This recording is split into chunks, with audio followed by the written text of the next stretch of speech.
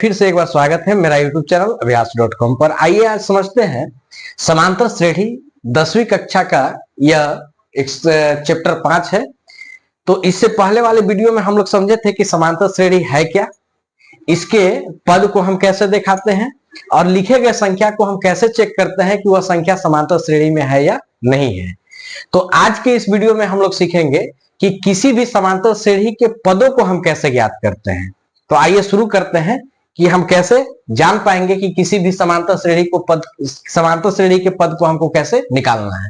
तो इससे पहले वाले वीडियो में हमने बताया था कि जो एपी होते हैं, एपी के पदों को A1, A2, A3, A4 इसी तरह से AN से दिखाया जाता है, निरूपित किया जाता है। और एपी को चेक करने के लिए एक सूत्र भी सीखे थे कि D बराबर A2 माइनस A1। ये सूत्र के बारे में भी जाने थे कि D क्या होता है और D बराबर A2 माइनस A1 के सहायता से हम किसी भी संख्या को यह चेक करके बता सकते हैं कि वह संख्या एपी में है या नहीं है। तो आज के इस वीडियो में हम सीखेंगे कि किसी भी समांतर श्रेणी के पदों को ज्ञात कैसे किया जाता है और उन पदों को ज्ञात करने के लिए कौन सा सूत्र का प्रयोग करते हैं। तो उन पदों को ज्ञात करने के लिए एक सूत्र है कि an बराबर a plus n minus 1 into D. इस सूत्र का हम प्रयोग करते हैं। तो हम यह बताने का आपको प्रयास करेंगे कि यह फॉर्मूला जो है कहां से बनता है, कैसे बनता है और इसका हम प्रयोग कैसे करते हैं। ठीक है, तो चलिए शुरू करते हैं कि ये फॉर्मूला आया कहां से। तो सबसे पहले आपको यह पता हो गया होगा कि डी जो होता है वो दूसरे पद में से पहला पद, फिर तीसरे पद में से दूसरा पद, फिर चौथे पद में से तीसरा पद, यानी कि एक एक पद आगे बढ़ते हैं और पीछे वाले पद को छोड़ते चले जाते हैं। और सभी पदों का अंतर निकालने के बाद यदि वह संख्या एक समान आ जाता है तो कहेंगे कि वह संख्या एपी में है, और एक समान नहीं आता है तो कहेंगे कि संख्या एपी में नहीं है। जैसे एक एग्जाम्पल से हम समझाने का प्रयास कर रहे हैं कि आखिर यह संख्या कैसे लिखा गया।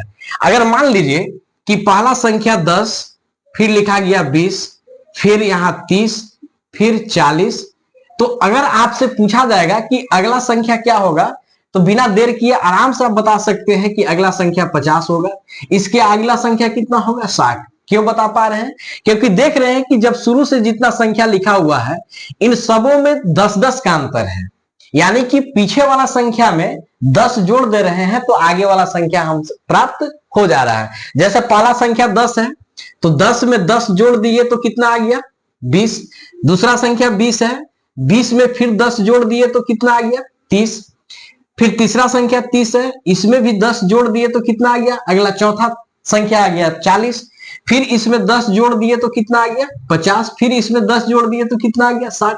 यानी कि यहां पे देख पा रहे होंगे आप कि सभी के संख्याओं के बीच का जो अंतर है, अगर अंतर मतलब घटाव यदि हम निकालें, जैसे 20 में से 10 घटाए तब भी 10, 30 में से 20 घटाए तब भी 10, 40 में से 30 घटाए तब भी 10, यानी कि दो दो पदों का जब हम अंतर निकाल रहे हैं तो इन सभी का अंतर एक समान आ रहा है, यानी कि लिखा गया संख्या जो है एपी में है। यह चीज हम लोग पिछले वीडियो में ही क्लियर कर चुके थे कि यदि किसी संख्या के लगातार दो पदों का अंतर एक समान आएगा तो वह संख्या एपी में कहा जाएगा। और यदि उसका संख्या एक समान नहीं आया, अंतर उसका एक समान नहीं आया, तो कहेंगे कि वह संख्या एपी में नहीं है। तो अब यहां से शुरुआत करते हैं आगे कि आखिर ये पद को लिखने का तरीका क्या है, कि हम इस पद को कैसे लिख पा रहे हैं। अगर कोई संख्या दिया हुआ होगा तो आप आसानी से सार्व अंतर तो निकाल ही सकते हैं। जैसा कि पिछला वीडियो में अगर जो पूरा देखा होगा तो उनको यह समझ में आ गया होगा कि सार्व अंतर हम कैसे निकालते हैं। मान लेते हैं कि एक संख्या लिखते हैं यहां पे 16, 26, 36, 46 ... तो इसमें पद को कैसे दिखाते हैं? तो पद को दिखाते हैं A1, दूसरा पद A2, तीसरा पद A3, चौथा पद A4, आगे रहता है A5, A6। तो यहां कौन सा सूत्र हम लगाते हैं?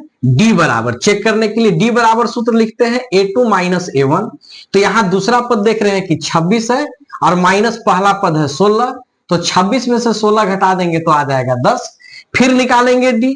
अभी दूसरा पद में से पहला पद निकाले थे, अब तीसरा पद में से दूसरा पद, तो यहां लिखेंगे a3 माइनस a2। तो तीसरा पद है 36 और माइनस दूसरा पद है 26, घटा देंगे, कितना आ गया अंतर 10। फिर डी यदि हम निकालते हैं तो यहां लिखेंगे a4 माइनस a3, a4 है 46 और माइनस a3 है 36, फिर इसका अंतर करेंगे तो 10। यानी कि ये तीनों सभी पदों का अंतर कैसा आया 10-10, यानी कि एक समान आया। तो कहेंगे कि यह संख्या एपी में है। अगर यह अंतर एक समान नहीं आया होता तो कहते कि यह संख्या एपी में नहीं है। यहां तक तो समझ में आ गया होगा, कोई दिक्कत तो है नहीं। अब बात करते हैं इससे आगे कि आखिर इस पद को हम कैसे लिखते हैं। एपी जो है चलता कैसे है, पहला पद, दूसरा पद, तीसरा पद, चौथा पद, पांचवा पद, एनवा पद, मतलब अंतिमवा पद, ये चलता कैसे है इसके बारे में हम समझते हैं। तो उसके लिए बस छोटा सा एक बात याद रखना है। क्या याद रखना है कि जितना भी पद हमको निकालने के लिए बोलेगा, जितना भी पद, यदि पहला पद बोलेगा, दूसरा पद बोलेगा, तीसरा पद बोलेगा, चौथा पद बोलेगा, तो करना क्या है कि जितना पद बोलेगा निकालने के लिए, जितना पद बोला जाएगा, जो पद निकालना है, यहां लिख देते हैं, जो पद निकालना है, पद माने पहला, दूसरा, तीसरा जो भी रहेगा, जो पद निकालना है, जो पद निकालना है उसमें से, जो पद निकालना है उसमें से एक घटाना है। उसमें से क्या करना है, एक घटाकर, उसमें से एक घटाकर सार्वंतर यानी कि डी से गुना करते हैं। एक घटाकर डी से गुना करते हैं। बस इतनी सी बात याद रखना है कि जो पद हमको निकालने के लिए कहेगा उसमें से एक घटाएंगे और उसको क्या करेंगे, डी के साथ हम गुना करेंगे। ठीक है, इससे क्या होगा कि हमको उसका अगला पद पता चले जाएगा कि उसका अगला पद क्या होने वाला है। ठीक है, पहला चीज। दूसरा बात याद रखना है कि A1 जो होता है पहला पद, A1 को हम A भी कह सकते हैं। मतलब A1 मतलब पहला पद है तो A1 कहिए या A कहिए। दूसरा पद दिखाना है तब ना A2 कहेंगे, दूसरा पद। तो पहला पद A1 यानी कि A1 को हम A भी कह सकते हैं, इसमें कोई दिक्कत नहीं है क्योंकि पहला ही है। A कहेंगे तब भी एक ही, A1 कहेंगे तब भी एक ही। तो आइए अब देखते हैं कि एपी का पद बढ़ता कैसे है। इसको साफ करते हैं और बढ़ते हैं आगे। देखते हैं कि एपी चलता कैसे है। यदि अगर मान लीजिए हमसे बोलेगा कि पहला पद, ध्यान से यही चीज को समझना है, पहला पद, दूसरा पद, दूसरा पद, तीसरा पद, चौथा पद, ये आया कहां से? देखिए इसको हम लिखते कैसे हैं। तो पहला पद, तो ए तो सबके साथ रहेगा, चूंकि एक से ही शुरुआत होता है तो ए तो सब में रहेगा। ए ए ए ए ए मतलब पहला पद। अब देखिए जो हम नियम बताए, नियम क्या बताया कि जो पद निकालना है उसमें से एक घटाकर डी से गुना करना है। ठीक है, तो कौन सा पद निकालना है? पहला पद यानी कि एक। ठीक है, एक में से कितना घटा देना है? एक। रिजल्ट क्या आएगा? 0। और इसको किसके साथ गुना करना है? डी के साथ गुना करना है, यही नियम है।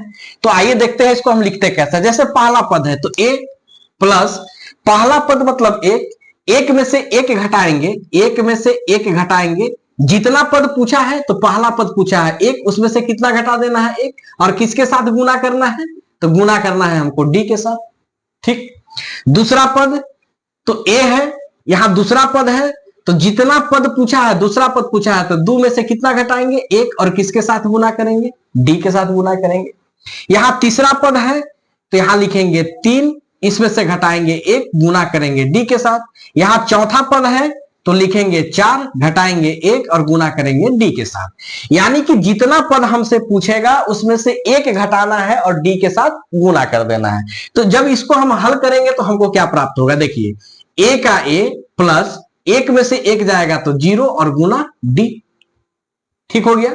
अब यहां इसको आगे हल करेंगे तो ए का ए रहेगा और प्लस 0 से डी में गुना करेंगे तो 0, और ए और 0 को ऐड करेंगे तो क्या मिलेगा? फाइनली ए मिलेगा।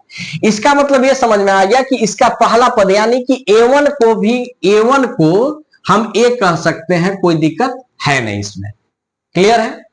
अब आइए देखिए, जैसे दूसरा पद है तो इसको हल करेंगे तो क्या मिलेगा, तो a प्लस 2 में से 1 जाएगा 1 और गुना d बराबर a प्लस d में 1 से गुना करेंगे तो क्या हो जाएगा d, यानी कि दूसरा पद में क्या मिला a प्लस d। ठीक है, उसी तरह से इसको जब सॉल्व कीजिएगा तो देखिए, तो a प्लस 3 में से 1 जाएगा 2 और गुना करना है d से, तो यहां मिलेगा a प्लस 2 से d में गुना करेंगे तो 2d। उसी तरह से इसको सॉल्व कीजिए, तो a प्लस 4 में से 1 जाएगा तो 3 गुना d, यहां हो जाएगा a प्लस 3d। समझ में आ रहा है कैसे निकाल रहे हैं? बस इतना याद रखना है कि जितना पद हमसे पूछेगा, जितना पद पूछ दे उसमें 1 कम करना है और d के साथ गुना करना है। जैसे अगर पूछ दे कि 20वां पद बताइए, 20वां पद, तो कैसे लिखेंगे, a प्लस 20वां पद पूछा है तो 20 में से 1 घटा दीजिए, कितना हो गया 19, और किसके साथ गुना कर दीजिए d के साथ। समझ में आ रहा है? अगर हमसे बोलेगा कि 50वां पद बताइए, 50वां पद, 50वां पद बराबर क्या होगा, तो एकदम आसान है, लिखेंगे a प्लस 50 है, 50 में से 1 घटा देंगे हो जाएगा 49 और गुना कर देंगे d से, तो a प्लस 49d हो गया। इसी तरह से जितना पद भी हमसे पूछा जाए बिल्कुल आसानी से हम बता सकते हैं कि किसी भी पद को हम कैसे लिखेंगे। इसी तरह से जब हम आगे बढ़ेंगे, जैसे मान लीजिए कि आपसे पूछेगा कि किसी एपी का 15वां पद, एपी का 15वां पद, 15वां पद मतलब A15, तो इसको कैसे लिखना है, तो लिखेंगे a प्लस, यहां 15 है, 1 घटाना है, जितना पद दिया हुआ रहेगा उसमें से 1 घटाना है, बस यही मुख्य बात है। तो 15 में से 1 घटा देंगे तो हो जाएगा 14 और d के साथ गुना कर देंगे a प्लस 14d। अगर हमसे बोलेगा कि a 72वां पद बताइए तो क्या होगा, तो a 72 है तो यहां लिखेंगे a प्लस 72 में से 1 घटा देंगे आएगा 71, d के साथ गुना कर देंगे तो a प्लस 71d हो जाएगा। समझ में आ रहा है? अगर बोलेगा कि 19वां पद बता दीजिए, देखिए एकदम आसानी से बता सकते हैं, a 19 बराबर तो क्या हो जाएगा, a प्लस 19 में से 1 घटा देंगे तो 18 और यहां हो जाएगा d। समझ में आ रहा है कैसे निकाल रहे हैं? अगर बोलेगा 34वां पद बताइए, a 34, तो बहुत आसान है, a प्लस 34 है, 1 कम कर दीजिए, इसमें हो जाएगा 33 और गुना कर दीजिए d से, तो a प्लस 33d हो जाएगा। अगर यहां बोलेगा कि AP, अब यहीं से समस्या शुरू होता है। अब यहां आ गया P, इससे पहले तो बहुत आसानी से बता देते थे, 72, 71, 10, कोई भी संख्या था बहुत आसानी से घटा देते हैं। अब यहीं पे स्टूडेंट फंसते हैं कि अब क्या होगा, तो एकदम नहीं अकबकाना है, बहुत ही सरल है। देखिए कैसा सरल है। अगर मान लीजिए हम आपसे बोले कि a 20 पद निकालिए, तो आप यहां लिख दीजिएगा a प्लस 20 में से 1 घटाएंगे तो 19d, बड़ी आसानी से बता दिए। लेकिन यहां जब p पूछ दिए तो हालत खराब होने लगा।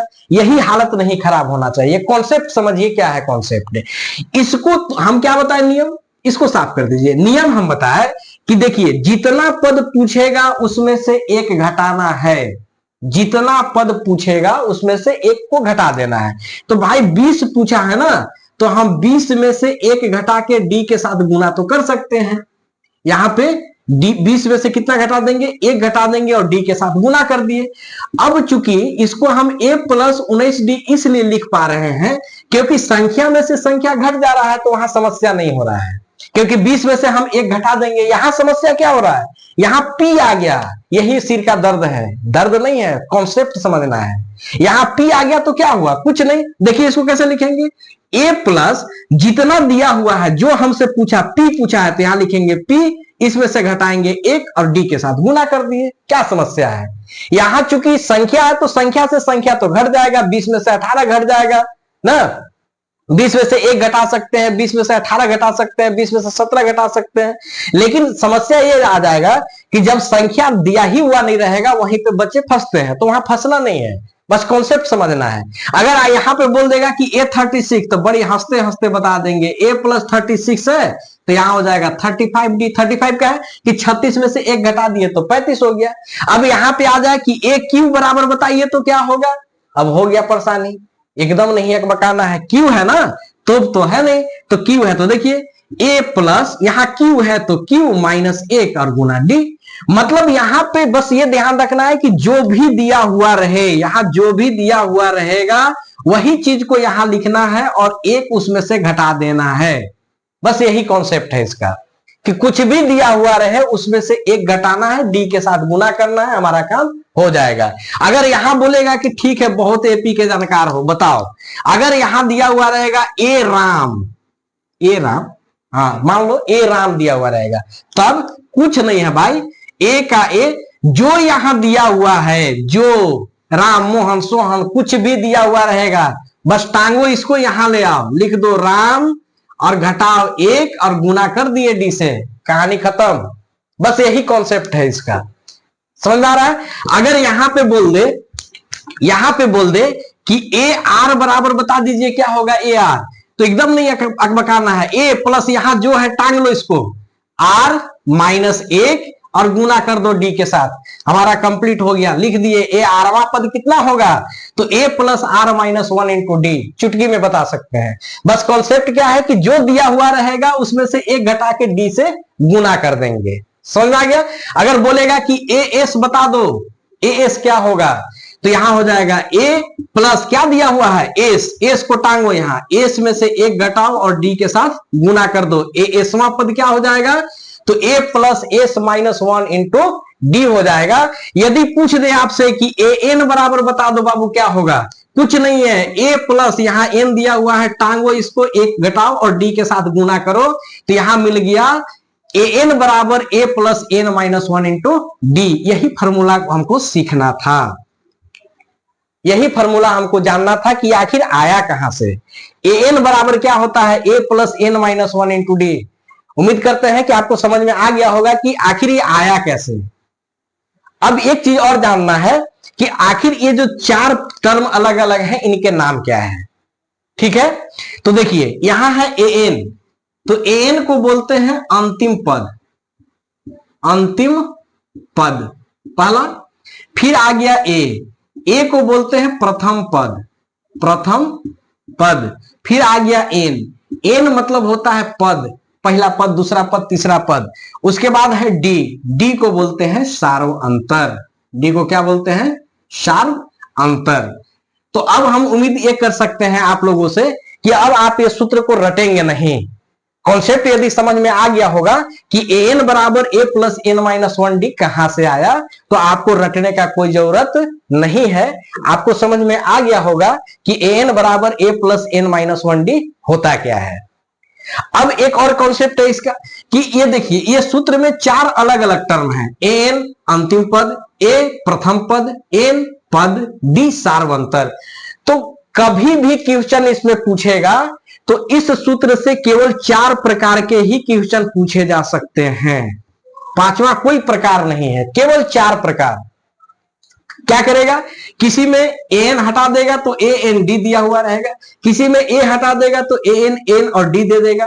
मतलब क्या है कि ये इसके चार अलग अलग टर्म हो गए, तो चारों टर्म में से एक टर्म को हटा देगा और बाकी तीन टर्म दिया हुआ रहेगा और आपको जो हटाया हुआ टर्म है उसको निकाल लेना है, एकदम सरल है। तो उम्मीद करते हैं कि आपको ये कॉन्सेप्ट समझ में आ गया होगा कि एन बराबर a plus n minus one d कहां से आया और इस सूत्र बना कैसे। यदि आप इस चैनल को अभी तक सब्सक्राइब नहीं किए होंगे तो कृपया सब्सक्राइब करें, शेयर करें, लाइक करें, कमेंट करें। इसी तरह के और वीडियो आपको इसी चैनल पर देखने को मिलेंगे। इस वीडियो में बस इतना ही। अगले वीडियो में हम एक्सरसाइज 5.1 को लेकर आएंगे और एक एक प्रश्न को बहुत सरलता के साथ हल करेंगे और उम्मीद करेंगे कि आपको इस वीडियो का लाभ जरूर मिलेगा। तो तब तक के लिए धन्यवाद, फिर मिलते हैं अगले वीडियो में।